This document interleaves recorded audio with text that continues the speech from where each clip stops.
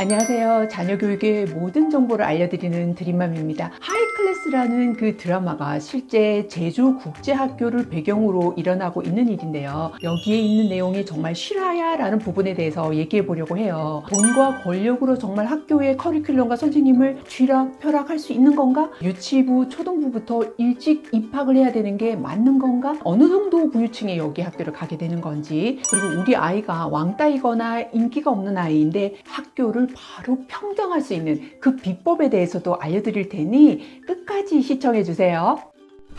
사실 이런 부분은 참 민감할 수도 있는데 제가 감히 얘기하는 건 대치동에 빡센 교육도 하고 또 해외에서 국제학교도 다녀보고 제주국제학교는 교장 선생님과 카운슬러의 초대로 내려가서 촬영과 여러 군데를 둘러보고 인터뷰도 해본 결과 이 드라마가 다소 많이 오버가 됐다라는 생각이 들더라고요. 뭐 드라마니까 그렇겠죠. 그럼 제주국제학교에서는 학부모님들이 정말 교사와 커리큘럼에 대해서 돈으로 쥐락펴락 할 수 있냐고요? 그렇지 않죠. 우리 한국에 있는 학교보다 훨씬 더 자유로운 것 같지만 규율이 있고 교사에게 함부로 접근을 해서 뭔가를 푸시하고 이러는 상황 아니고요. 훨씬 인격적으로나 예의 범절 이런 것들을 많이 강조를 하기 때문에 이런 식으로 개입이 되지는 않아요. 더군다나 프린시플 교장 선생님부터 카운슬러까지 대부분이 외국인 선생님으로 이루어져 있기 때문에 한국의 어머니들이 생각보다 거기 가서 막 항의를 한다기보다는 약간 겸손 모드고요. 드라마다 보니 과장되어서 얘기 나오는 부분이 있고요. 실제로는 그 정도까지 되지는 않고 있어요. 다음에 유치부와 초등부가 정말 입학을 그때부터 하는 게 좋을까? 라는 건데요. 정말 잘 사는 분들이라면 그분들의 자유죠. 그런데 웬만한 과정은 어릴 때부터 시키게 되면 정말 기둥뿌리 다 부러집니다. 더군다나 초등학교 때 정도에는 영어를 유치원부터 해서 준비를 시키시고 약간 수학과 기본기를 많이 다진 상태에서 중고등학교 때 입학을 많이 하고요. 그런 학생들이 좀 더 대학에 잘 진학하는 경우들을 많이 봤어요.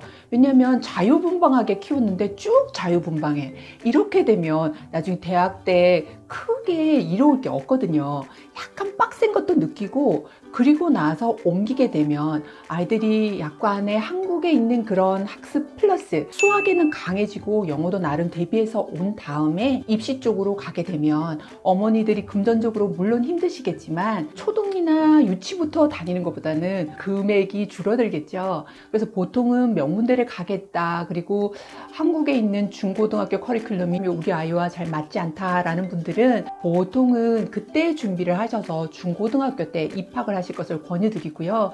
그럴 경우에는 훨씬 더 공부를 타이트하게 해서 잘 준비해서 희망하는 대학을 갈 수가 있어요. 근데 여기에서 정말 부유층만 다니냐라고 하는데요. 해외에서는 사실 주재원으로 해서 나가게 되면 경비를 회사에서 다 처리를 해주기 때문에 이렇게 어마무시한 학비를 들이지 않아도 되거든요. 그런데 제주국제학교는 거의 이것을 자비로 들여야 하는 상황이고 외국 학생들이 거의 많지 않고 한국에 있는 학생, 거기서도 외국인 학교를 들어가지 못한 학생들이 많아요. 학교의 커리큘럼은 굉장히 좋은데 거의 다 자비로 들여야 하는 꽤 부유층들이 가는 거죠.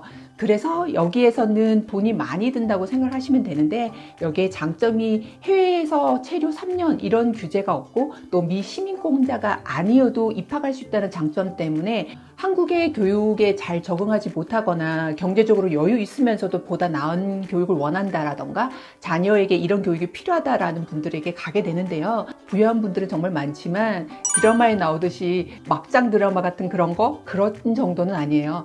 그런데 꽤 잘난 척 하시는 분들은 계시겠죠. 다음에 이제 네 번째로 가장 중요한 게 학교를 딱 전학을 갔는데 여기가 약간 그런 어떤 왕따 분위기라던가 아니면 섞이지 않는 그래서 아이가 힘들어하고 적응을 잘 못할 경우가 있어요. 이럴 때 정말 학교를 평정까지는 아니더라도 적응을 빨리 할 수 있는 방법은요. 아이가 제일 잘하는 어떤 분야에 있는 그것을 예를 들어서 뭐 그림이라던가 음악 쪽이라던가 영어나 수학, 특히 수학 쪽이 좀 우리나라는 강하잖아요. 이제 그렇게 해서 아이가 잘하는 분야에 있는 거를 먼저 두각을 드러낼 수 있도록 하는 거예요. 그럼 그 부분은 시간이 많이 걸리지 않거든요. 그리고 교사와의 관계를 해놓으면 선생님이 외국인 교사분들은 잘하는 아이가 더 잘할 수 있도록, 또 학교에서는 이런 아이를 키우면 우리 학교의 명성이 높아지겠구나라는 생각을 하고서 잘 케어를 해주게 돼요.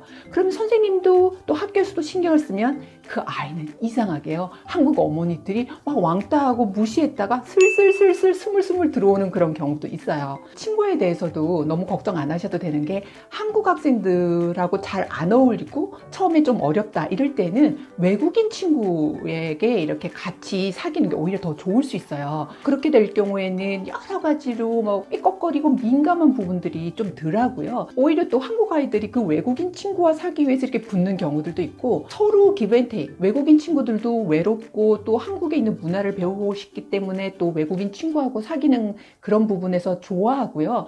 이러면서 국제학교에 대해서 더 잘 빨리 적응할 수 있는 장점도 있거든요. 그러니까 꼭 거기 가서 우리가 처음에 딱 전학을 갔거나 이랬을 때 겁을 잔뜩 먹고 거기에 학교 대표 이런 분들에게 뭔가 잘 보이려고 하는데 잘 안 된다, 그리고 뭔가 심리적으로 좀 불편하다, 이런 경우들이 생길 수 있잖아요. 근데 걱정하지 마세요. 초등학교 때, 유치부 때 아주 뭐 굉장한 파워를 가졌던 분들 나중에 별로 힘 못 씁니다. 그러니까 그런 거에 대해서 너무 신경 쓰지 마시고요. 만약에 이제 학부모로서는 우리가 뭘 해야 되지라고 생각한다면 학교에서 필요로 하는 그런 봉사를 하세요. 근데 풀로 봉사를 하시면 나중에 지쳐서 아이를 제대로 케어할 수가 없어요. 에브리데이 뭐 학교 가서 막 봉사를 하는 분들 나중에 애 정작 중요한 부분을 못 돌봐주고 하는 경우들도 종종 있거든요. 꼭 학교에서 필요한 거, 이런 것들을 도와주시면서 선생님과 학교의 유대관계를 쌓고, 또 잘하는 걸로 인해서 아이가 자신감을 가질 수 있도록 그 부분에 대해서 또 선생님과의 관계를 잘 유지하시고, 학부모님 모임에 있어서는 초기에는 쉽지 않다 하더라도 점점 인지도와 평판이 좋아지게 될 거예요. 드라마에서 나오는 그런 내용처럼 정말 황당한 일은 생기지 않겠지만, 그런 황당한 일이 생긴다 해도 의연하세요. 여러분의 자녀가 그렇게 인정을 받고 나면 그냥 평정 끝입니다.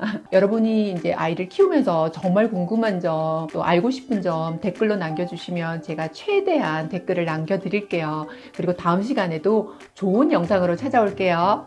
감사합니다.